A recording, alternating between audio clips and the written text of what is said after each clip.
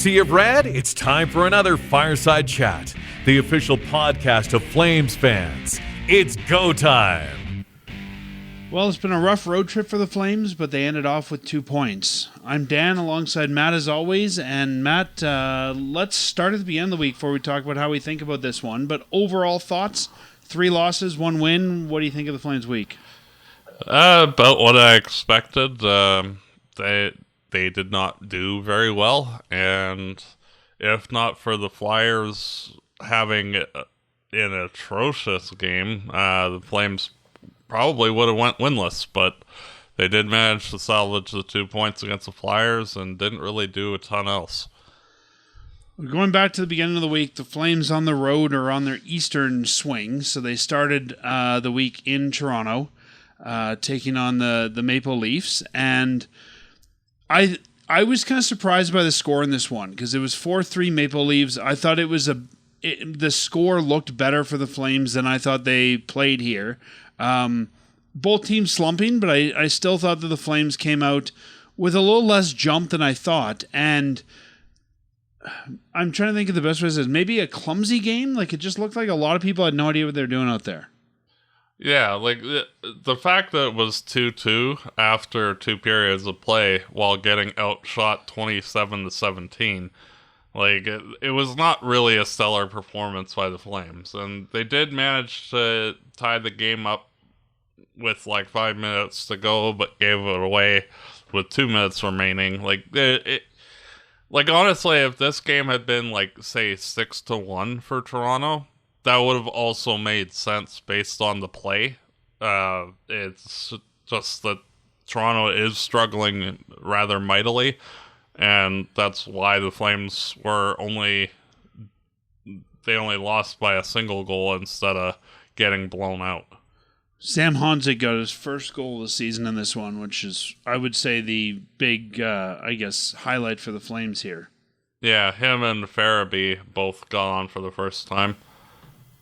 And then the Calgary Flames went off to the nation's capital to play the Senators. Again, a 4-3 final against the Senators here. This one ends in a shootout, and the Flames get goals from Sharon Govich, Coronado, Kadri were the goals for the Flames here. What were your thoughts on this one?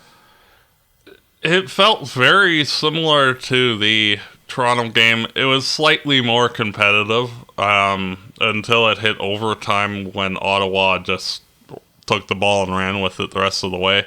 I felt like it wasn't disorganized. I felt like the Flames didn't play their best, but I felt like it was a little more organized hockey, if that makes sense. Like, I felt like guys knew where they should be, knew when they should be on and off, had some sort of a structure to the game. Yeah, it still did not feel like enough. Like last year, in a similar type of game, they would have had that extra push in the third period to, instead of giving up the tying goal with 3 minutes left, they would have added an insurance marker around then to get the win.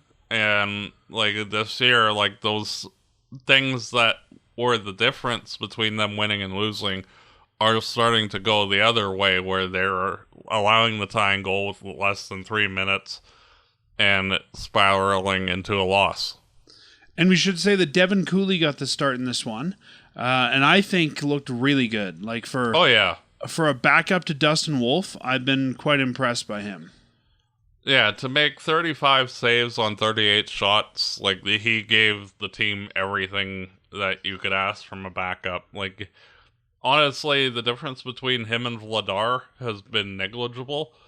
And we weren't sure which Cooley we were going to get, right? I mean, last year, the first half of the season in the AHL, Cooley was lights out. He was fantastic. And then he got hurt, and after Christmas, he didn't look good. To the fact that he was scratched during one of the playoff games, he was not looking good. So I'm glad that Cooley's bounced back to what we saw early from Dustin Cooley. Yep, and hopefully he can keep that up in his play moving forward. Yeah.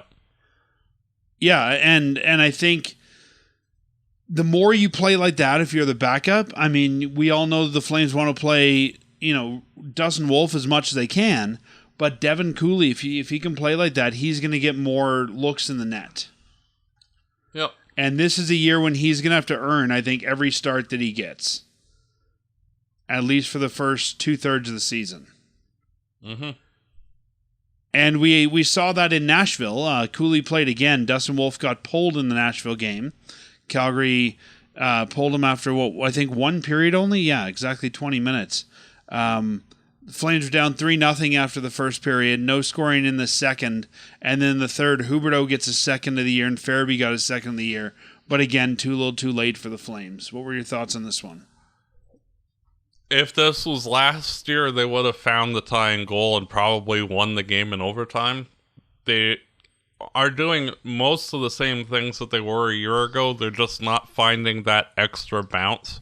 And like we've seen many times last year where they'd go down 2 or 3-0 in the first and still walk away with the win. And like there isn't enough there from this team to be able to overcome those early setbacks that they're having. One thing I was noticing this week, and we saw it in the Philly game, and we saw it in some of these other games too, is the Flames get themselves on the power play, and then they get a penalty. Like, guys, you're trying to keep a man up on this, not go down by a man. Like, it's just some of those little, I guess, details piece of the game where they're not helping themselves.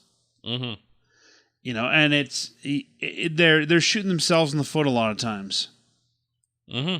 And like we saw last year so many times where like they would find that way to get the equalizer, or even if they lost in overtime, just anything to get points on the board. And like we're just not seeing the same results. We're not, nope. But they finally got results today. We're recording after the Philadelphia Flyers game is complete. The Calgary Flames won 2-1 in this game. Only 18 shots, 17 shots the Wolf saved. He didn't save one of them because it was a goal, but a low event game for this one. Both goals come from Jonathan Huberdeau, now has 4 on the season. I thought for the most part, the Flames looked like the team that wanted to win more. I wouldn't say they were the better team, but I think they looked like the team that wanted to win more.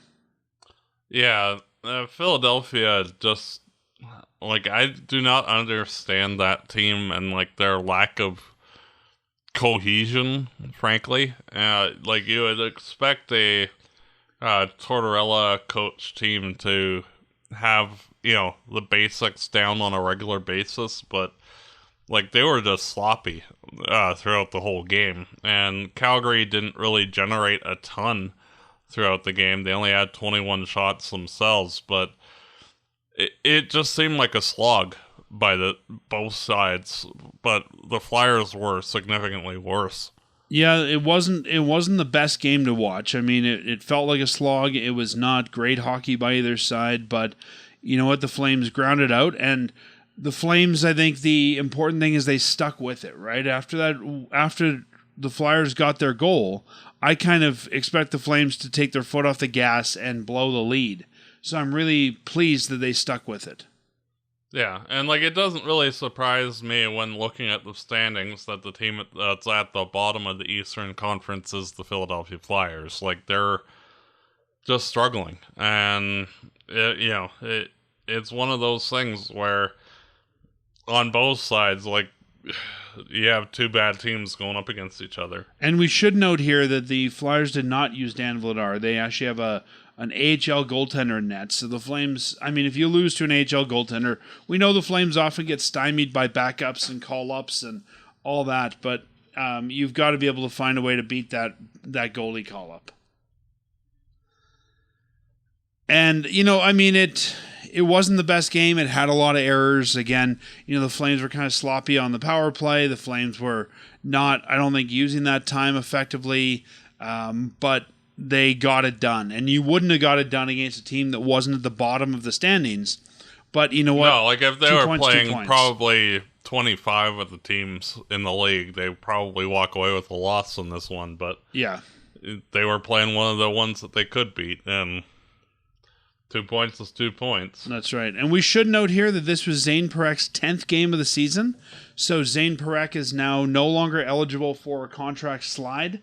His entry-level deal kicks in. The Flames can still send him back to the OHL if they choose to, which isn't going to happen now, but you don't get that contract slide. So this is his first year of his entry-level deal. And I can't see a scenario where he goes back to the O, can you? No. We talked about it with Kevin on a previous show. Maybe he goes to World Juniors, but that would be the closest he gets to junior hockey this year. Yeah, and it depends on where the Flames are. They might decide that might be, like if he's still like in and out of the lineup, they might send him to that. But I don't see there being any situation where he'd go down to the junior leagues for the rest of the season. No, and they can't send him to the American League, so he's in the NHL, whether he's in the lineup or not. So at the end of this week now, the Flames have played 14 games in their first month, so almost a game a day, not even because they didn't start on September 1st, but they now have 3 wins, 9 losses, 2 overtime losses for a total of 8 points. Puts the Flames at the bottom of, actually, now 10 points. 8. Oh, yeah, you're right. Sorry, you're right. These are counted. I wasn't sure if I'd refresh the page or not, but you're right, I did. So they're now tied with St. Louis for the bottom of the league. St. Louis is also at 8 points. And in the East, even Philadelphia is the worst team, has 13. San Jose has 10. Minnesota has 11. The Flames are still at the bottom, have not moved since last week when we talked. And you know what? Based on what we saw, that doesn't surprise me. No, and even though the opponents this upcoming week are a little easier with Columbus, Chicago, and Minnesota, all 3 of those teams are well ahead of the Flames currently. One thing we saw this week was quite a few lineup changes. We saw guys in and guys out, and I mean, we've seen Zari out and, Parekh out and that sort of thing. Matt, I've seen a lot of fans and media talking about these lineup changes and the fact that the Flames might need some consistency, but when things aren't working, I personally think it's time to make these kind of changes. You've got to find somebody who can, spark something or the right combination you don't have. Like, I think until they show a good 60-minute game, which I still think the only one is probably that New York game, you've got to keep moving guys in and out. I have no problem with that. How about you? Yeah, like it's not like any of the lines really are tearing the cover off the ball. Like it's a random hodgepodge of struggling players, and I don't really think there's anybody on any line that's above sitting out, save for Kadri and Huberdeau, and even Blake Coleman. Like those are. I mean, we've already seen Coronado sit out. Yeah, like the rest of them though, like if they decide to sit Backlund for a game, it'd be like, yeah, okay, like it doesn't matter. Like most of the players just are not playing well. So, it's also like one of the things last year that was notable about the team was the physicality, and like that was how they were able to wear down the other teams. And with Pospisil not in the lineup for the first month, like they have not really been engaging physically, not forechecking in the same way, and only recently has some of that started to creep back into their game, and even then, like, we're still not seeing the results. So it'll be interesting to see, but like they're playing passively, and it's hard to get that momentum. Yeah, I have no problem moving guys in and out of lineup until they, until somebody shows, like you said, Huberdeau and Kadri, I think, are the 2 guys that are showing they should be in the lineup. I think everybody else, you can move in and out. And I mean, Zari's come out. We haven't, missed Zari, I don't think, when he's been out. At least I haven't. I haven't even really noticed if he was in the game or not, which is not a good thing for a guy who just re-signed a deal. But I think they've got to spark this, and I think if this keeps going, you might also have to try pulling guys up from the farm and see whom can you maybe slot in there. Yeah, I think that eventuality will start to happen once bodies start getting moved out, especially like if, say at the end of the month, we have like 7 wins, or like 7-15 or something like that. Like, you'll start to see naturally over the ensuing month or so, some guys starting to get moved out. That's when you'll see guys like Gradine getting recalled, Cairns, Bruce Davich, etc. Yeah, I mean, we saw Dryden Hunt got called up this week. Didn't really, do anything. Was just a body there for the trip. But even a guy like that, I mean, Klapka came up last year, was not the first call-up for a lot of people and earned his way in. I think it's got to be, you've got to give those top guys a look, but also the Clark Bishop and the, Dryden Hunt and some of those veteran guys who might be a little more NHL ready. Yeah. Realistically, at least for bottom anything, six role. Yeah, anything just to try and get a different look from time to time. But realistically, like, any permanent changes is either going to be via injury or via trade. Yeah, and I don't even think it needs to be an injury, like a permanent change by injury or trade, but even just giving somebody, you know what, you're so bad. We've taken you out of the lineup and we brought a kid up to do the job you can't do. And maybe try to put a little fire in somebody's belly, even if it's only for 2 or 3 games. Yep. Honzig is stuck around. Gradin didn't. He went back down. He's looking good in the American League. But, I think that maybe even slotting Gradin back in or, bringing somebody else in just to give him a look, as long as it's not Mirmanov, I'm happy with almost anyone from the AHL. Yeah, and they just have to keep going, and trying new things. How would you say this group does not feel like they're having any fun at the rink? So, trying to make things a little lighter around the team as well, like, especially because, like, realistically, the season's done. Like, your 9 regulation losses through, you have 70 games where you can only get 20 more, like, to be a playoff team. I was doing the math that even if the Flames have 15 games in November, so pretty much a game every other day. Even if they were to go 500, which means they win half of them, there's still 7 games below 500. Yeah, like they need to basically go like 9-2 the rest of the way, or better. And unless they just start riling off like a 7-game win streak, like now, like it's done. Like, and there's not much you can do. Like, the losses have already piled up to an extent where, like, you're going to need to win, like, a 24 out of 30 game stretch in order to make up the difference that you need in order to boost yourself back up into playoff contention. What really surprises me, the Flames really did nothing over the summer. Like, it's pretty much the same team minus 1 or 2 guys, and they're looking so different, and that's what really confuses me here. Who knew that Kevin Rooney was the linchpin to the team? Or who's that other guy we brought in? I forgot his name, who got hurt, and we never got our asset out. Anthony Mantha. That's him, yeah. Like, it was Rooney and Mantha, and you get rid of them, and this team falls apart. Where's Rooney? Maybe we can bring him back. Like, I just, it's so night and day. And, it's not like they've had huge changes where they're trying to figure that out. Like, you and I asked a number of times last season, is this team really overachieving or is there more here than we thought? And now we have our answer. I mean, I think the Flames were really overachieving.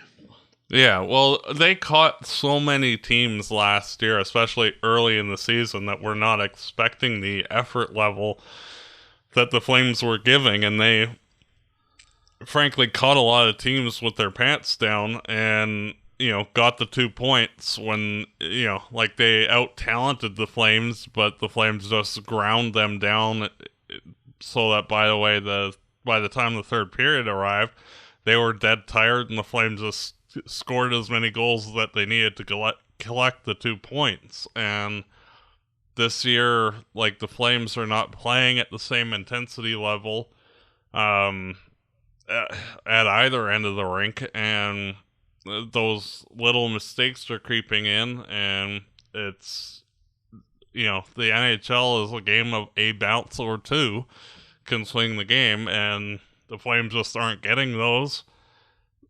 Frankly, based off of how the whole season has gone, if this was last year's team, the Flames probably have 8 or 9 wins by now.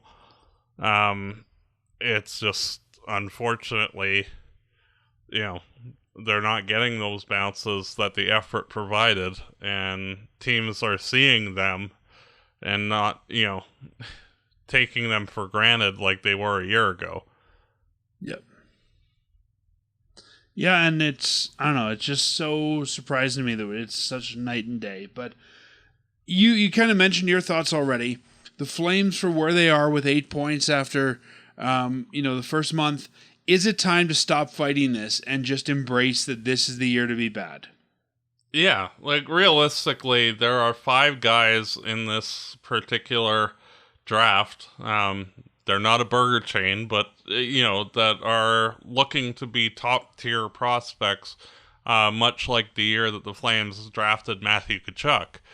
And as long as the Flames, like, they don't necessarily have to win the draft lottery, but as long as they're up in that top 5 bracket one way or another, they'll walk away with a top prospect. And like, there is no magical cure to make this team awesome. They're going to be bad. Like, even if they play the rest of the season as they did last year at a 96-point pace, like, they're still gonna only get like 85 points. Like, it's too little too late, unfortunately. We knew this was coming, right? I mean, when you and I have talked about this team going into a rebuild or a retool or whatever term you want to use, whatever re-term you decide you want to use, we knew that they had to have a bad season. And I think last year fans were excited because we thought last year was going to be the bad season, and it wasn't. Well, and I think like last year we both pegged the Flames to be around like the 8th or 9th worst team in the NHL. They ended up surprising and being in the middle of the pack, which was, because of how tough they were, especially early in the year. But I think both of us were feeling like top 5-ish team this year, maybe like top 7.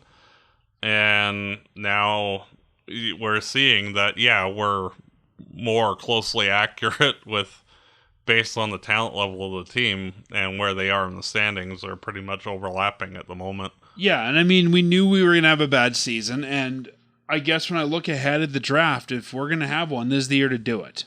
Yeah. Like, and frankly, like, the next 3 years are all supposed to be really good drafts compared to the average. If you're going to suck, this is like your perfect time to just pack it in, be awful, suck as badly as possible, get those 3 good players, and like when you have the new building, you have an exciting team ready to go. And like you see with San Jose, like how much Celebrini has changed that organization and how much of an impact player he's going to be. The Flames don't have anything in the organization that's even remotely close to that. So if we can get the opportunity to draft 1, 2, or 3 of those type of players, like, the Flames can quickly turn this boat around. Yeah, I mean, you've got Coronado under contract, you've got Wolf under contract, you've got Weegar under contract, you've got Kadri, Huberdeau. Like, I'm not saying you're one piece away, but you've already got a good step forward in having all those auxiliary pieces. This is not going to be Toronto where they've got Bedard and nothing. Yeah. So, yeah, I think it's, as much as I'm looking at the calendar saying, crap, we've got to endure this till April. And you and I are sitting here every week saying, what do we talk about that's not just losses?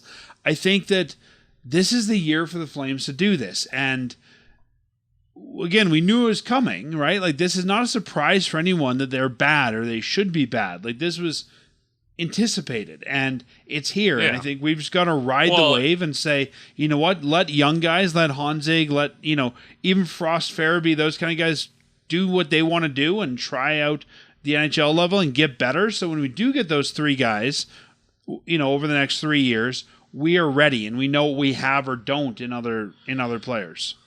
Yeah. And like, realistically, the older guys are regressing a bit, which is normal for anybody over the age of 30. And, all of this is kind of to be expected. And it's not like the Flames had an offseason like Nashville did a year ago where they signed like 3 really top-end players. The Flames added nothing this offseason to the roster that was. So it was kind of you did great last year. We'll run it out again and let the chips fall where they may. they're falling. And, it's one of those where you just, okay, this is what we are now, and let's make the changes that are appropriate for a team that's in the spot they are. Yeah, and I mean, it's easy for fans and media and everyone to sit and complain about it, but I think there's still a lot of interesting stories to follow this year. I mean, you and I talked about Cooley earlier, right? What do we see out of Cooley? Does Frost become a top 2 center? Right now they're playing him as a number 1. I think there's a lot of interesting stories you can still follow, even if the score's probably not going to be on your side every night. Yeah, and will Frost and Farabee establish themselves as legitimate top 6 forwards, or are they just placeholders for the next couple of years while insert name of draft pick tier, gets ready for the NHL moving forward? And, you need veteran bodies in the NHL, and guys like Frost and Farabee at a minimum will be placeholders. Yeah, I mean, I don't think you're moving the Sharon Govich deal anytime soon, so that he'll be a placeholder. Yeah, and realistically, you have enough of those guys while the Flames are not very good that will hold the fort while the team cycles to a new group. Yeah, and, you've said for a while you thought Farabee and Coleman were almost the same guy or the same role on the team. Does Farabee, play Coleman out of a job? Yeah, and other than on the score sheet, he has pretty much been the Flames' most consistent forward this year. He just, he has hit so many posts or got robbed by the goalies that he could easily have 5 or 6 goals himself this year, but only has the one to show for it. But, if the Flames decide to move on from Coleman, who's a very attractive piece, won multiple cups with the Lightning, there's 30 teams that would like Blake Coleman. So you think there's one team that doesn't? Edmonton, because, oh no, that guy actually won once. We don't need that. I was thinking, who's the one team that doesn't want him? Edmonton. Well, Dallas probably wants him double, so that equals out. Yep. Or he wants Dallas double, one of the two. Yeah. Plus, we wouldn't do Blake a dirty like that, sending him to Edmonton. Come on. Gotta be nice to the guys. He's got a limited no move anyways, I think. Yeah. 7 is probably on there. It's almost like if you've got a 10 team, it's a 9 team, because if you're playing in Calgary, Edmonton's got to be on there, right? Yeah. So I think, Matt, it's time for us to embrace the rebuild. It's time. I don't want to say tank, because I don't like that idea. I still want the Flames to go out there and do their best, because I want all these guys to get the NHL experience and learn and grow and that sort of thing. But I'd say that they're trying their best right now and they're not getting the results out of it, or the best they think they can do. So I think it's time as a fan base, as a sea of red, for us to embrace the tank, or embrace the rebuild, not the tank, and say, you know what? If this season continues the way it is, we're okay with that, because we know this is part of the process. We have to get bad to get good. Any good team has been bad, right? Calgary's never really by choice been bad. No, even in 2012, 2013, when they traded Ginla and Bouwmeester, it was kind of they're free agents and they're leaving anyway, so I guess we'll just cash out whatever asset we can get for them. I don't think anybody thought Ben Hanowski was the future of the franchise. No, and they kind of fell into Sean Monahan that year and caught lightning in a bottle the next year, and then we're just equally as bad the following. Yeah, Sam Bennett never really worked out. Yeah. So it's one of those where, this team, the writing's on the wall, and that, no matter what, this team is not making the playoffs. So you might as well make decisions that will benefit your team down the road. And, the Flames lost the first-round pick in the Monahan trade in order to get Kadri. If they can balance the ledger by getting a first-round pick for Kadri, then that would help just organizationally and, go from there. Even last year and the year before, we saw Conroy not, go out there and use his cap space to be a broker or anything like that. And we saw them last year at the deadline not really do anything because they wanted to give this group a chance. And now I think as soon as you get a good offer on somebody, you're going to have no qualms about moving that guy because, playoffs are not in the cards. If they are, great. Run with what you've got. But you're not keeping assets this year for maybe playoff run. No, and there are plenty of playoff teams that have filler contracts. Thinking of specifically of a guy like Andre Palat with the New Jersey Devils, who has 2 more years at $5 million, which if you are trying to trade a Coleman or a Kadri to that team, you can facilitate that trade without retaining salary by, we'll take insert bad contract here. Similarly, if you actually could move Huberdeau, that would be another viable of here, I'll take back your dead weight contract here so that way we can make the ledger work. Yeah, and even there, I don't even know if it has to be a filler contract, but it might even be, as we see every year at the deadline, you can't really do this once the new CBA kicks in. This is last year to do it, but pulling, okay, we want to trade for somebody, but we don't have the money, so Calgary, you eat half of it, we'll give you a second for doing it, and then trade the guy onto us. Yeah. Thinking of the Taylor Hall being included in the Rantanen deal type of thing, just to make the dollars work all the way around. And yeah, and I'm hoping that Craig Conroy, our general manager, is maybe not thinking twice about doing that this year. And I understand why he might have thought twice about doing it in the past, or why he might have avoided doing it. I can see the logic from not doing it last year, but this year, you've got to use every asset you have, and cap space is an asset for this team. Yep. Especially if you're going to move out guys like we're talking about. I mean, if Kadri moves out, that's $7 million. If Coleman moves out, that's $5 million. I mean, with those guys alone, you're going to have to take some money back somehow because you're not going to have enough money to even hit the floor if they move Anderson, you're going to have to take money back at some point. Oh, yeah. And, you see San Jose, taking on Carey Price's contract just to hit the floor. The Flames will probably end up doing similar things just to take on, dollars here, without having to worry about the player. I wonder if we could do a deal with San Jose where they retain half of Price's contract and we get the other half. Yeah. Yep. I wonder if the league would allow that. Hey, we both need to hit the floor. Help a brother out. That's right.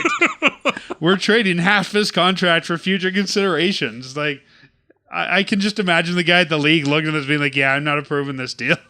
Yeah. I don't know. I don't.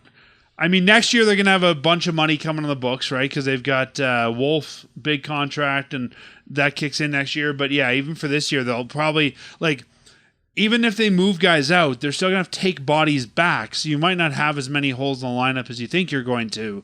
But that'll be an interesting thing for the Flames to navigate. Yeah, and there's always the feasibility, much like how the Flames got Kuzmenko in the Lindholm deal, as kind of that, here's a $5 million contract just to make the dollars work. Yeah. And we were able to parlay him into getting Frost and Farabee. Yep. So I still think that's funny that they could have done for free a week earlier and then gave us assets for him. Yeah. But I'm not complaining. I like Frost. I like Farabee. Yep. And, it's one of those where just because, they're a cap dump doesn't necessarily mean that we couldn't flip that player again down the road. Say the guy bounces back and is a viable player, you might be able to get a third or second. Yeah, and even if he bounces back for a little bit and you're willing to eat half. Yeah, exactly. So, yeah, it's going to be interesting to see what the Flames do, but I think it's time for us all to embrace this rebuild. Well, and you see that, the Arizona Coyotes / Utah Mammoth over the last handful of years, every draft, they had 10, 12, 14, 15 picks.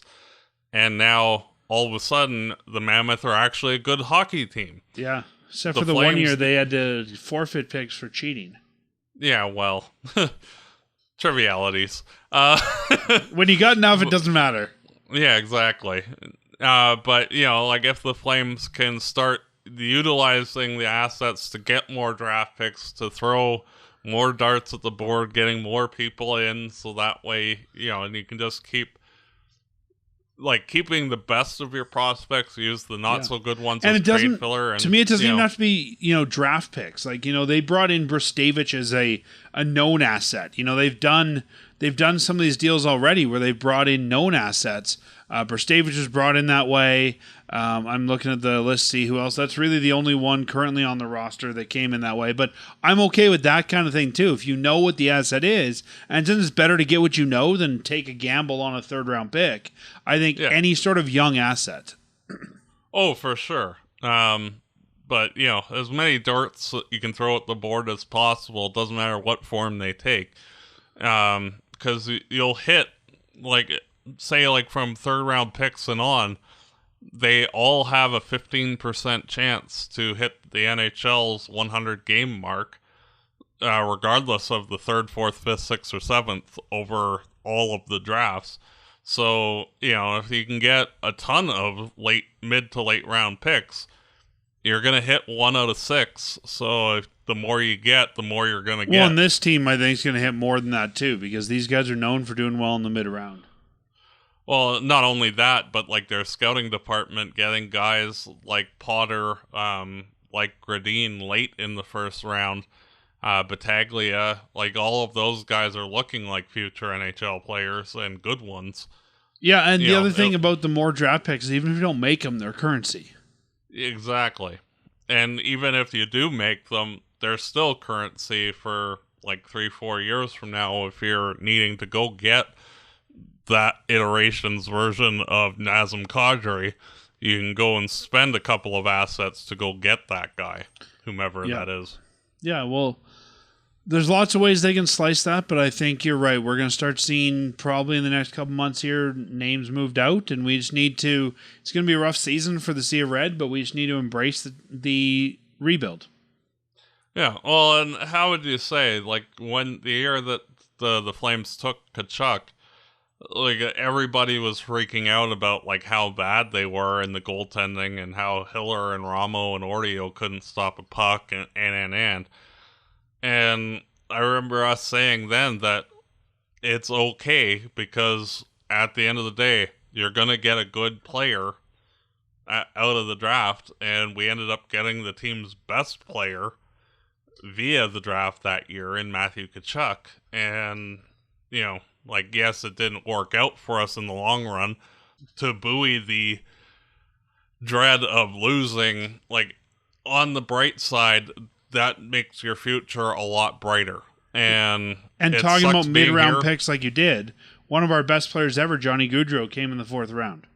Yeah, and we've had plenty of guys that have come out of the later rounds, and it's just one of those things that it sucks while you're going through it, but you're going to get a good player, regardless if anywhere in the top 5 or so. You're virtually guaranteed a first-line player based off of how they are looking. That's a great thing, and it sucks that we're going through it, but at least there's something to look forward to for next year and beyond. And especially all of the prospects are that much older. You'll start to see guys like Muse and Brustevich graduating into the next tier. Muse into the AHL, Brustevich likely into the NHL. And you'll start to see more youth in the lineup. Yeah, Parekh will have another year under his belt. He'll better understand what he's doing. Yeah, and he'll have another offseason to hit the weight room to get a little stronger on his skates so he's not pushed around as much. There is nothing but benefits for this team as time moves on.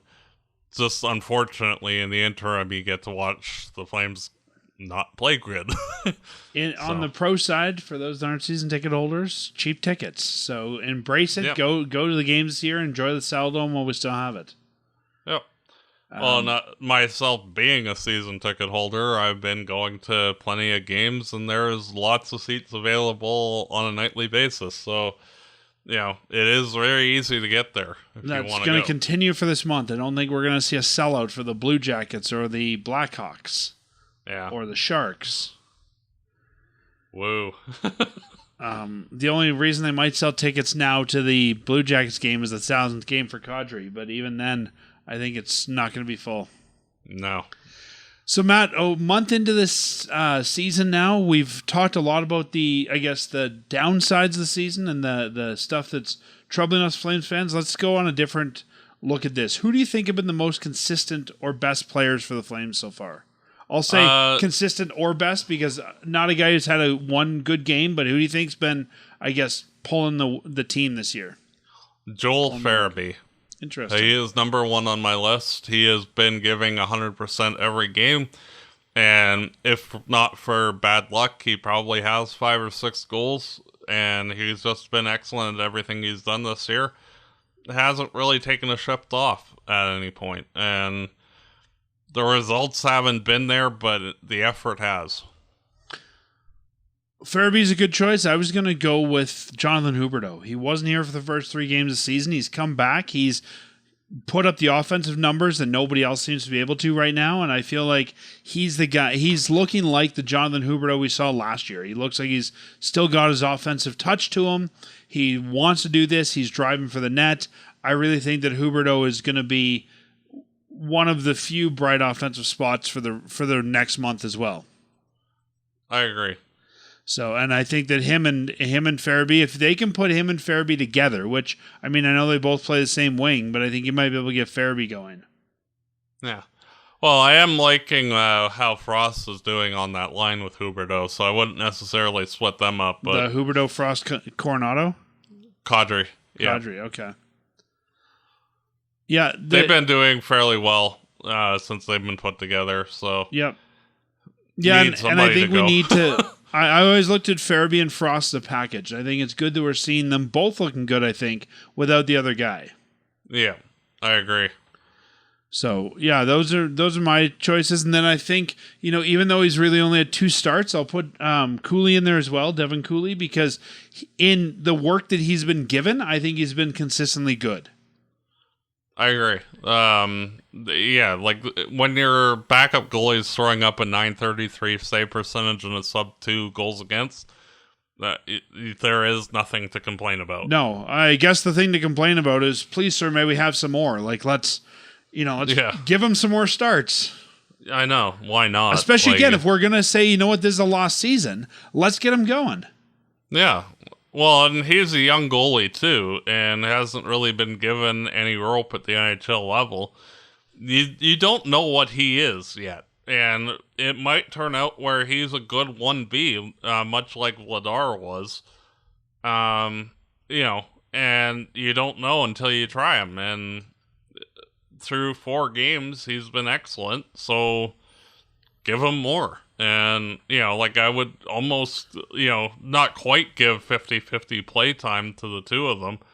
But, he should have another 4 starts this month at a minimum. Yeah, and I could see even doing a system where you're playing till you lose. Yeah.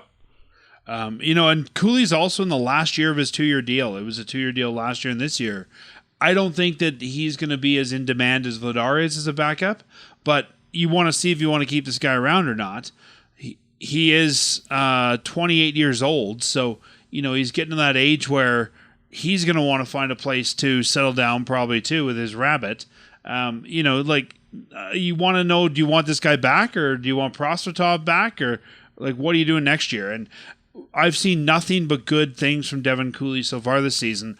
You've got to play him more than twice in a month, though. With every other day this month, I think you could easily play him once a week. Oh, yeah, for sure. At least. And you see Chicago twice this month, so even if you flip who Chicago sees each time, that's an easy one. You've got a bunch of Eastern teams. As much as you want all the points, I think it makes sense to play the backup against one of the Eastern teams that we're going to see. Yeah. So I'm hoping that we see Cooley going forward, and unless he starts looking bad, I want to see him about once a week, especially if we're writing this season off. Oh, for sure. There's no reason to burn Wolf for no reason. No, there's not. Yeah, like, especially, like, frankly, the season's over. I mean, let's put it this way. For $900,000, we've already got our value on Wolf. His $7 million contract kicks in next year. That's when you really got to start riding him. Yeah, and realistically, it's better to have a verdict on Cooley to know, like, are you going to need to get an NHL backup next year? Is Prosvetov, like, say Cooley struggles through the new year, is Prosvetov a better option? Try him in the second half if Cooley struggles and, keep one or the other or move on from both after this year and give it a go. But you won't know if you're not playing him. Cooley, yeah, you got to play Cooley because right now he's giving you great results when he's been in there. He just needs more chance to get in. Mm-hmm. And same thing with Dan Vladar. I mean, when we brought him in, we didn't know what we had either, right? He was being brought in to back up Jacob Markstrom. It wasn't until we got a few starts out of him that we said, maybe there's something here.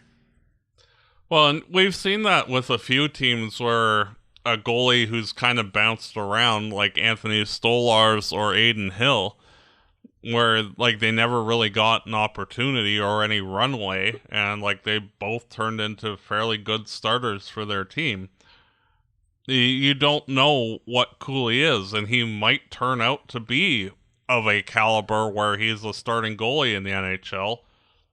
You don't know until you play him, though. He's played, not even started, but played in 10 NHL games. Exactly. And, like, both those other guys were around the same age or older than what Cooley is now before they actually got a shot. And, like, there was actually something there with each of them. And, especially if you're going to suck anyway, you might as well see what you have. Well, that's it. Yeah, give Cooley a couple starts just to get him in there and see what you've got. And even if he doesn't look good, let him work with Siglet, let him work with La Barbera, the goalie coaches. See if you can get him back to where he needs to be, because everybody's going to have a bad night. But part of being a backup is being always ready, and I think you've got to reward him for being ready. Mm-hmm. I agree. So I would add him to that list as well. Last topic I'll ask you. Actually, you know what? Let's save this for next week. Let's jump into our predictions. How's that sound to you? Sure.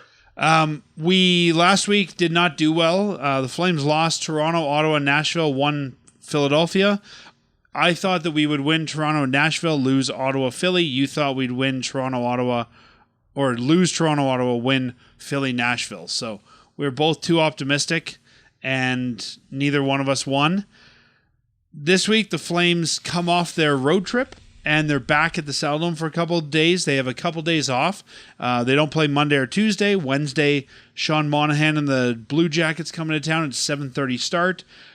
We don't know if the Silver Stick is happening in that game, because that's technically before he's played his 1,000th game, or if it'll be Chicago, but that'll be the 1,000th game for Kadri. And then Friday, a 7 p.m. start against the Blackhawks, and then Sunday, a 6 p.m. start against the Wild. So 3 games on the docket. How do you think they're going to go, Matt? I'm going to say 1 and 2. They will beat Chicago. They will get trounced by the other 2. Get trounced by Columbus. Wow. Yeah. For whatever reason, the last few years, we have sucked really hard against Columbus. I don't know why, but I think we've lost 7 of the last 8 meetings against them. We just, for whatever reason, do not play well against them. So I'm expecting that to continue. Do you remember that time that right after Johnny went there and we went to Columbus and Daryl got upset because all the guys went over to Johnny's house? Yeah. I know. I don't know. That just popped into my head for some reason. And now, every time they go there, they definitely want to go to Johnny's house and see Meredith and the kids. And I mean, different scenario, obviously, but yeah, it's kind of amazing how that's changed. Yep. I mean, last year, I think those Columbus games were well attended because of what happened with the Goudreau boys, but I don't think they're going to be this year. I'm debating this year if I think you're right, they're going to beat Chicago. I'm just debating if they can win another game this week, and that's my That's what I'm trying to debate. Is I don't know. I think that they are going to win Chicago for sure. I'm thinking they might be able to beat Minnesota, but nothing so far tells me that they can. Yeah. Well, and you'll see teams like Minnesota and St. Louis that were playoff teams last year but are struggling out of the gate to get their game in order. And games against the Flames are the types of games that you would have penciled in as we need to win this game. And, and we play St. Louis next Tuesday as well. The two worst teams in the league. Yeah, and I think that, the Flames are going to have a hard time to beat either of those teams, because they're going to be looking to right their own ship moving forward, and it's going to be tough. Like, it's one thing to get, like, out-talented, but when you have teams that are good that are struggling, like, their motivation factor is going to be through the roof. Yeah, and I still don't know what Columbus is. I don't think they're rebuilding anymore. I don't think they're a playoff team. I think they're a mushy middle team this year. Yeah, they remind me a lot of the Red Wings from last year where, like, I feel like they'll be close to a playoff spot, but I don't think they'll have quite enough to get in. Yeah, I think last year they looked better, too, riding on sort of the, everything that happened with the Goudreaus. Mm-hmm. I don't know. I think they'll fall flat at some point. But all right, I'm gonna say that we beat Chicago and Minnesota, and we lose to Columbus. Okay, that'll be my prediction for the week. And then, it's such a weird month. If we look ahead at November, we've got the 2 home games. Then they're on the road against Minnesota. Then they're on the road against St. Louis. Then they come home against the Sharks and the Jets. Then they've got a couple days off, and they're Chicago, Buffalo on the road. Then they're home against Dallas. Then they're on the road again for the rest of the month with Vancouver, Tampa, Florida, and the Hurricanes. Like even at the beginning of December, they're still on the road in Nashville again. It's a long road swing. Yeah, and a lot of travel. Like the 23rd, I know they get 2 days off, but going from Vancouver to Tampa Bay, that's a long trip. Yeah. None of it's easy. And, thankfully next month there's a lot of home cooking. They have 9 games in the Saddledome, but you know what, Sons? When you're struggling, you want to be on the road. And we've heard coaches say that too, right? So this might be good for these guys. Yeah, it's actually the whole schedule for December and January is a little bit messed up. You have a 5-game road trip or homestand after Christmas, then a 5-game road trip, then another 5-game homestand, then 1 on the road, 3 at home, and then the Olympics. It's just. I think everyone's got a messed up schedule because of the Olympics, though, Matt. Yeah. I bet if just we pull very one way of the 32 or another schedules, it'll probably be the same. Yeah, even March, it's 3 at home, 5 on the road, 6 at home. Just very weird. 6 on the road, 3 at home in April. Just very odd schedule. Yeah, outside of the Vancouver to Tampa, which again, they have 2 days, it's not that long a travel. Nashville to Philly was probably maybe one of the longer trips here, but Minnesota to St. Louis isn't that bad. Chicago to Buffalo back-to-back is not a bad trip. Going from the Lightning to the Panthers is easy. The Panthers to the Hurricanes is a pretty easy trip.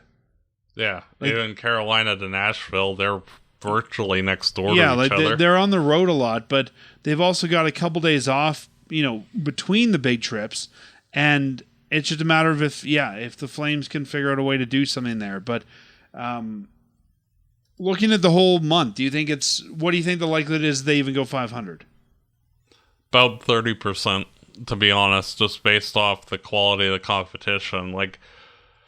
You look at teams like, say, Winnipeg, Dallas, St. Louis, Tampa, Florida, Carolina.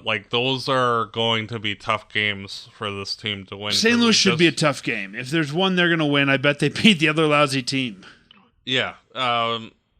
But, Vancouver, Buffalo, Chicago twice, San Jose, those are all winnable games. The rest, not so much. They're going to have to give it their all and have the other team not playing their best to get the 2 points. And there are too many of the tough variety and not enough of the bad variety.